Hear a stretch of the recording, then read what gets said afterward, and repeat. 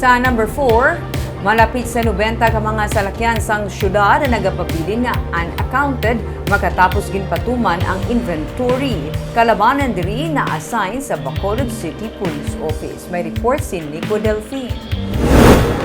Sa 122 ka mga salakyan nga ginpapangita sang syudad, may 90 ang nagapabilin nga unaccounted kag natalana pa i-verify sang katapos ang General Services Office. Kalabanan sa mga salakyan kag motorsiklo ang na-assign sa Bacolod City Police Office.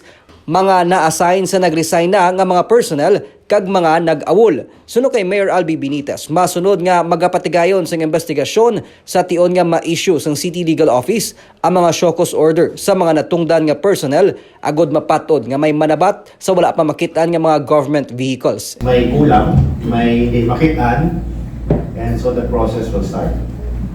From an investigation, a show cause order to an investigation, and eventually, may manabat din yan. Sa records ng GSO, naglabot sa 500 ang mga salakyan kag mga motorsiklo sang city government. 197 diri serviceable kag 108 ang hindi na mapuslan.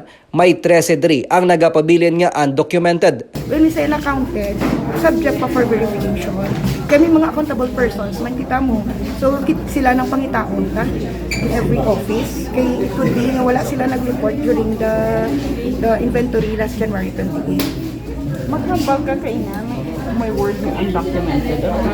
Baliki, there are accountable persons or employees na nagambal sa amon during the inventory nga gin-transfer na nila ang item. So wala na kuno sa nila. But sa amon niya sa GSO, kumbaga wala sila record, wala sila nakasubmit. So, ginalantaw na mo dapat reconcile ang record ni accounting kag ni GSO except that the reporting is not that consistent not on a monthly basis. So Kutob sa mga unserviceable nga salakyan nga yara sa mga kabarangayan kag iban pa nga departamento ang ipaguyod sang GSO agod ma-dispose ang syudad.